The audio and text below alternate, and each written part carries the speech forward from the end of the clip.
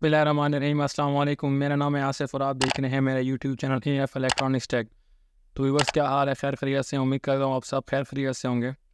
तो व्यूवर्स, आज हमारा जो टॉपिक है वो डॉलर्स की fully automatic washing machine 155 TB का है। तो ये मेरे पास एक दोस्त ने भिजवाई है और उसने कंप्लेन करी ये बिल्कुल ऑन नहीं हो रही।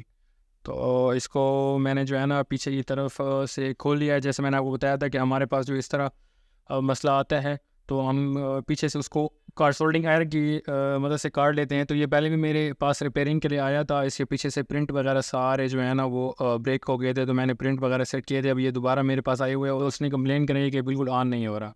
तो मैंने ये इसके ट्रांसफार्मर का मुझे मसला लग रहा था, तो मैंने इसका ट्रांसफार्मर बाहर निकाल लिया है। और ये पहले भी मेरे पास आया था और ट्रांसफार्मर मैंने इसका चेंज किया था। तो अभी मैं आपको चेक कराता हूँ कि आपने ट्रांसफार्मर को मीटर के ऊपर किस तरह चेक करना है और आपको किस तरह पता चलेगा कि ट्रांसफार्मर बिल्कुल ओके है या ख़राब है।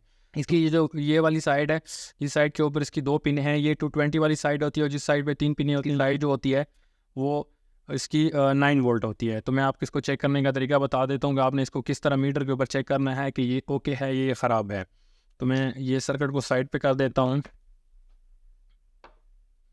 और हम इसको चेक करते हैं। आपने मीटर को कंटिन्यूटी के ऊपर ठहरा देना है और कंटिन्यूटी के ऊपर, जैसे ये मेरा मीटर कंटिन्यूटी के ऊपर है, कंटिन्यूटी के ऊपर ठहरा के आपने इसकी जो मेन 220 वाली साइड है आपने उसको चेक करना है। तो ये देखें, ये मीटर इसके ऊपर बिल्कुल भी कोई चीज़ भी शो नहीं कर रहा।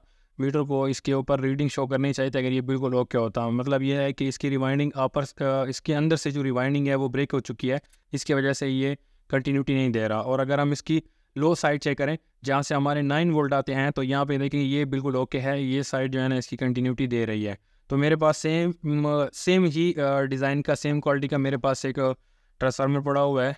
जैसे ये देखिए, ये मेरे पास सेम ट्रांसफार्मर पड़ा हुआ है। ये मैं आपको इसको चेक करा देता हूँ कि इसकी जो ये वाली साइड है, ये वाली 220 वाली साइड है और ये जो साइड इसकी है ये इसकी 9 वोल्ट वाली साइड है। तो हम 220 वाली साइड के ऊपर जैसे ही मीटर कंटिन्यू पे रख के इसको चेक करते हैं तो ये देखें, ये बिल्कुल इसकी जो है ना ये कंटिन्यूटी शो कर रहा है, ठीक है। और अगर हम लो साइड 9 वोल्ट वाली साइड चेक करते हैं तो ये भी कंटिन्यूटी इसकी ये शो हो रही है, ठीक है। ये मैं आपको चेक करा देता हूँ, ये भी यहाँ से भी शो हो रही है और यहाँ से भी शो हो रही है। तो इसका मतलब ये है कि ये जो हमारा ट्रांसफार्मर है ये बिल्कुल ओके है। तो मैं इस ट्रांसफार्मर को सर्किट के अंदर फिट करके फिर आपको सर्किट ऑन करके चेक करा देता हूँ, ठीक है। और आपको मैं बगैर सर्किट खोले भी आपको चेक करने का तरीका बता देता हूँ कि आप बगैर सर्किट को खोले आप चेक कर सकते हैं कि आपका ट्रांसफार्मर ख़राब है या ट्रांसफार्मर आपका ओके है। तो मैं ये ट्रांसफार्मर लगाता हूँ फिर आपको वीडियो में मिलता हूँ। तो व्यूवर्स, मैंने इसके अंदर दूसरा ट्रांसफार्मर फिट कर लिया है।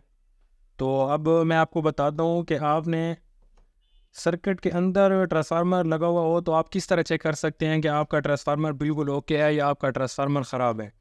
तो इसके जो 220 वाले पॉइंट होते हैं, जहाँ पे आप 220 देते हैं तो आपने मीटर को कंटिन्यूटी के ऊपर ठहरा देना है और जो आपके 220 वाले पॉइंट है आपने उन दोनों के ऊपर ये प्रॉब रखनी है। तो या जैसे देखें, ये इधर जो है ना कंटिन्यूटी शो कर रहा है, तो यहाँ पे ये जो हमारे 220 वाले जो पॉइंट है ये डायरेक्ट जो है ना ये ट्रांसफार्मर की तरफ जा रहे होते हैं। तो ये हमें ट्रांसफार्मर की कंटिन्यूटी बता रहा है यहाँ पे। जैसे मैं इसको चेक करता हूँ ना, तो यहाँ पे आप इसको चेक कर सकते हैं। अगर आपकी यहाँ पे मेन जो 2 पॉइंट है 220 वाले, यहाँ पे कोई कंटिन्यूटी नहीं बता रहा था, फिर भी आप जो है ना आपका ट्रांसफार्मर जो है ना वो ख़राब है। तो ये ट्रांसफार्मर बिल्कुल मैंने इसके ऊपर ओके लगा दिया है और अभी इसको मैं आपको ऑन करके चेक करा देता हूँ। ये बिल्कुल ओके हो गई है, चेक करें। Thanks for watching. अपना बहुत ख्याल रखिएगा। अल्लाह हाफिज़।